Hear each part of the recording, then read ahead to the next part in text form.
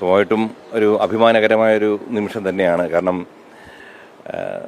നമ്മുടെ പ്രധാനമന്ത്രി ശ്രീ മോഡിജി നമ്മളിൽ വിശ്വാസം അർപ്പിച്ച് ഇങ്ങനൊരു കാര്യം തരുമ്പോഴത്തേക്ക് അതിൻ്റെ ഉത്തരവാദിത്വത്തിനെ പറ്റിയും എനിക്ക് നല്ല ബോധമുണ്ട്. കാരണം വെച്ച് കഴിഞ്ഞാൽ ഇന്ന് NFDC എന്ന് പറയുന്നത് പണ്ട് തന്നെ വളരെ വലിയൊരു സ്ഥാപനമാണ്. ഇപ്പോൾ 2020 മറ്റ് 4ഓളം സ്ഥാപനങ്ങളോട് ഇതിലോട്ട് മേർജ് ചെയ്തപ്പോൾ ഇന്ന് സിനിമയിൽ തന്നെ ഏറ്റവും വലിയ ഒരു സ്ഥാപനം, ഒരു അവസാന വാക്കുമായി മാറിയിരിക്കുകയാണ് NFDC. അപ്പോൾ ഇന്നിപ്പോൾ കഴിഞ്ഞ കുറേ കാലം പുറകോട്ട് നോക്കുമ്പോഴത്തേക്ക് ഉന്നത സ്ഥാനങ്ങളിൽ, സിനിമയിൽ തന്നെ ഉന്നത സ്ഥാനങ്ങൾ വഹിച്ച ആൾക്കാരായിരുന്നു ഇതിൻ്റെ ചെയർമാനായിട്ടിരുന്നത്.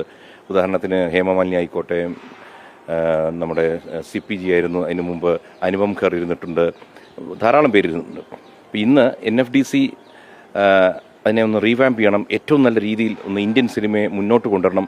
ഇങ്ങനെ കുറേ കാര്യങ്ങളിപ്പോൾ മിനിസ്റ്ററും നേരിട്ട് പറഞ്ഞു. അപ്പോൾ അതായത് ഇപ്പോൾ സാധാരണ നമ്മളിപ്പോൾ ഹിന്ദി സിനിമയെ പറ്റിയാണ് നമ്മളെപ്പോഴും സംസാരിക്കുന്നത്. അപ്പോൾ റീജിയണൽ ഭാഷകളിൽ നിന്ന് വളരെ സാധ്യതയുള്ള സിനിമകൾ മുന്നോട്ട് കൊണ്ടുവരണം. അതിൽ തന്നെ എപ്പോഴും ഈ സമാന്തര സിനിമകൾക്കായിരുന്നു എപ്പോഴും താല്പര്യങ്ങൾ കൊടുത്തുകൊണ്ടിരുന്നത്.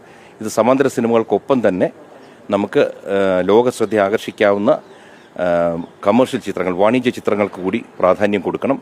ചെറുപ്പക്കാർക്ക് സാധ്യതകൾ കൊടുക്കണം. അതുപോലെ തന്നെ നമ്മുടെ സംസ്കാരം, നമ്മുടെ ചരിത്രം ഇതെല്ലാം പറയുന്ന നാഷണലിസ്റ്റിക് ആയിട്ടുള്ള സിനിമകൾക്ക് എല്ലാവിധത്തിലുള്ള സഹായം കൊടുക്കണം എന്നാണ് മന്ത്രി ഇപ്പോൾ പറഞ്ഞിരിക്കുന്നത്. ഇതൊരു വലിയ ഉത്തരവാദിത്തമാണ്.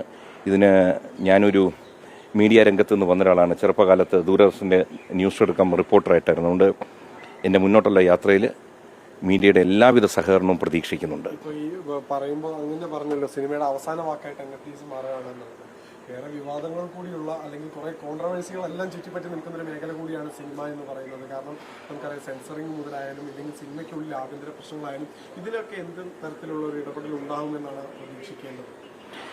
ഞാനിപ്പോൾ ചുമതല ഏറ്റെടുത്തിട്ടേ ഉള്ളൂ. നമ്മൾ ഒരു കസേരയിലോട്ട് കയറി ഇരിക്കുമ്പോൾ തന്നെ വലിയ വാക്കുകൾ പറയുന്നത് ശരിയായിട്ട് തോന്നുന്നില്ല. എങ്കിലും ഈ കോൺട്രവേഴ്സി എന്ന് പറയുമ്പോഴത്തേക്ക് എപ്പോഴും നമ്മൾ ഒരു മാറ്റം വരുത്താൻ, അല്ലെങ്കിൽ നമ്മൾ എന്തെങ്കിലും പ്രവർത്തിക്കുന്ന ഒരാളായി മാറുമ്പോഴത്തേക്ക് കോൺട്രവേഴ്സി വരും.